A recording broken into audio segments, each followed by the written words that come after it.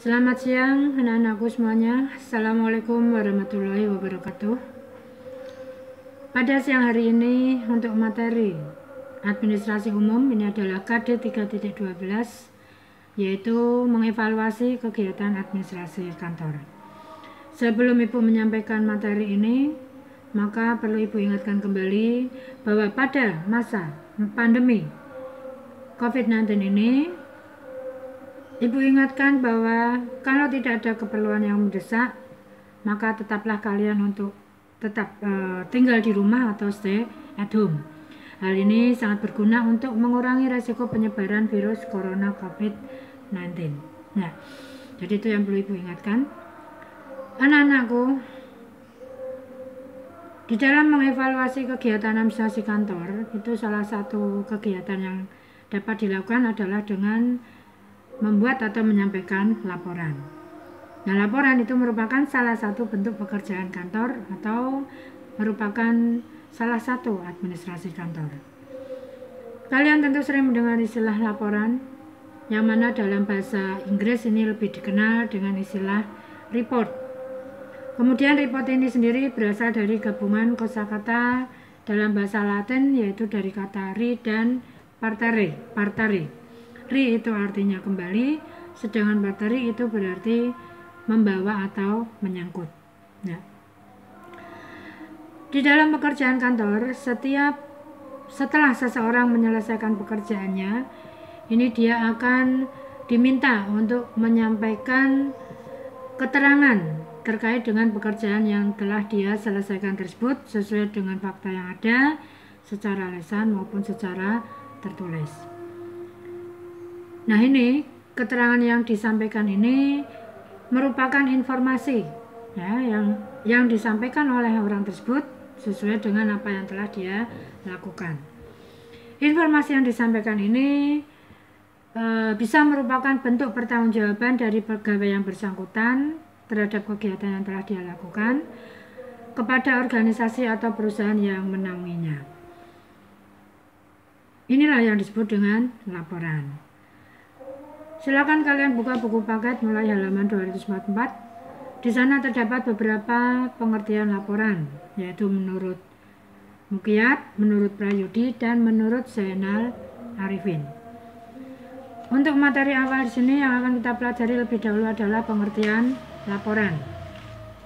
Nah, kalau kita simpulkan dari 3 pengertian tersebut atau beberapa pengertian itu, maka yang dimaksud dengan laporan itu adalah, silakan kalian baca, yaitu setiap tulisan yang berisi hasil pengolahan data informasi yang di dalamnya berkaitan dengan suatu penyelidikan, penglihatan, pengamatan, dan penelitian.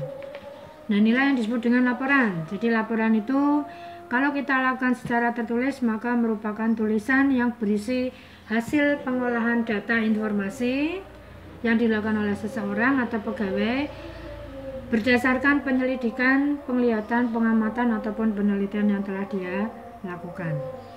Kemudian, laporan ini juga bermakna memberikan gambaran atau kegiatan yang terjadi secara faktual, objektif, dan apa adanya. Jadi di sini selain berisi data atau informasi, ini juga laporan itu memberikan gambaran ya tentang kegiatan yang terjadi secara faktual. Faktual itu artinya sesuai fakta yang ada ya, apa adanya, dan objektif. Objektif ini berarti tidak dibuat-buat atau apa adanya. Nah, itulah pengertian dari laporan. Untuk materi yang berikutnya adalah tentang fungsi laporan. Nah, ada 5 fungsi laporan. Nah, jadi ada 5 fungsi laporan.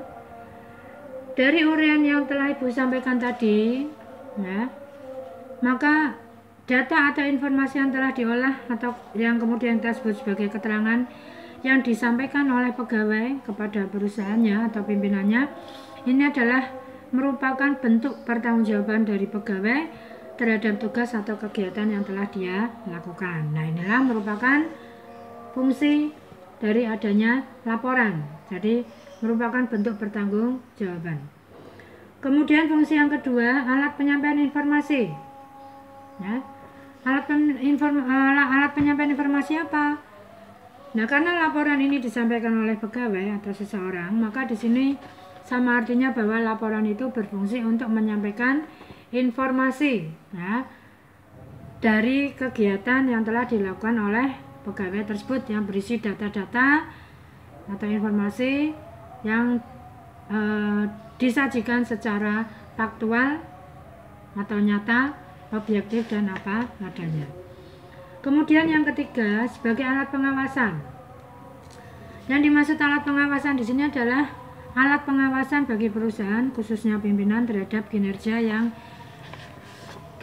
dari para pegawai tersebut.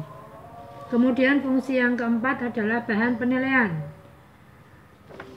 Dengan adanya laporan yang baik yang disajikan atau yang dibuat oleh pegawai atau seseorang, maka di sini bisa menjadi bahan penilaian perusahaan atau pimpinan khususnya terhadap kinerja dari pegawai tersebut. Kalau laporannya lengkap, bagus, faktual, maka dapat dikatakan bahwa kinerja pegawai tersebut bernilai baik. Kemudian fungsi yang kelima yaitu bahan pengambilan keputusan. Laporan itu berfungsi sebagai tolak ukur, ya, pegawai di dalam mengambil keputusan terhadap suatu kegiatan yang ada di dalam perusahaan tersebut. Nah, itulah fungsi dari laporan. Untuk subbab yang berikutnya adalah tujuan laporan. Ada 5 tujuan laporan, yaitu yang pertama, laporan bertujuan untuk mengatasi masalah.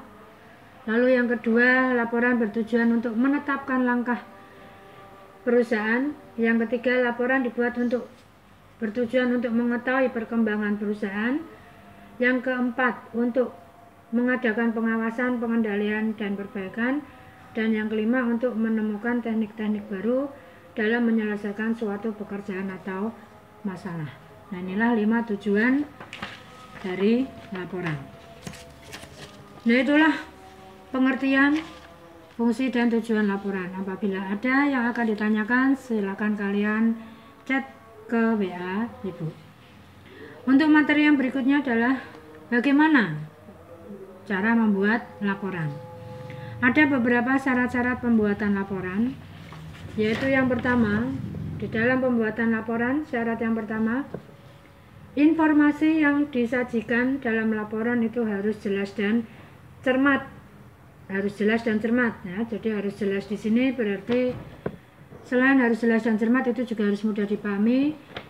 Supaya jelas dan cermat berarti harus memuat data-data yang faktual. Kemudian syarat yang kedua, laporan harus mengandung kebenaran dan objektivitas. Jadi harus benar, ya, data yang disampaikan harus benar sesuai dengan keadaan yang ada di lapangan. Lalu yang ketiga, laporan harus lengkap. Nah, untuk laporan supaya lengkap itu harus mencakup beberapa hal, diantaranya yaitu memiliki penjelasan yang menyeluruh dari segi masalah. Lalu yang kedua, uraiannya tidak memberikan kesempatan munculnya masalah atau pertanyaan baru. Kemudian yang ketiga, dilampiri dengan data-data penunjang. Kemudian syarat yang berikutnya untuk pembuatan laporan yaitu laporan harus tegas dan konsisten. Yang dimaksud di sini adalah dibuat apa adanya, tidak ada pengaruh atau tekanan dari pihak manapun. Kemudian syarat yang kelima, laporan harus langsung mengenai sasaran. Jadi harus membahas tentang masalah yang dihadapi, ya, yang dihadapi atau yang sedang dilakukan. Kemudian syarat yang keenam, ini laporan harus disampaikan kepada orang dan alamat yang tepat. Kesalahan penyampaian laporan ke alamat atau orang yang tidak tepat ini akan berdampak buruk bagi perusahaan dan bisa merugikan keseluruhan fungsi dari perusahaan tersebut. Kemudian syarat yang ketujuh yaitu laporan sebaiknya disertai dengan saran-saran. Nah, jadi gambaran faktual, mungkin hambatan-hambatan yang dijumpai di dalam menyelesaikan kegiatan. Ini perlu disampaikan saran-saran supaya pimpinan atau perusahaan ini bisa membuat beberapa alternatif penyelesaian dari masalah tersebut sehingga di kemudian hari segala hambatan bisa ditangani. Kemudian syarat yang terakhir adalah laporan harus dibuat tepat waktu. Yang dimaksud di sini adalah setelah kegiatan itu selesai dilakukan, maka harus segera dilakukan laporannya. Karena laporan yang ditunda, tidak segera dilakukan, ini tidak akan dapat diketahui apa yang mungkin jadi hambatan, apa yang sudah dilakukan tidak dilakukan oleh pegawai, tidak dapat diketahui oleh pimpinan, dan nantinya juga dapat terbengkalai. Ya, jadi kalau laporan itu dibuat tepat waktu, maka akan dapat segera diketahui apa yang telah dilakukan oleh pegawai tersebut dan tidak akan terbengkalai. Nah, itulah anak-anak materi kita hari ini. Mudah-mudahan kalian bisa memahaminya.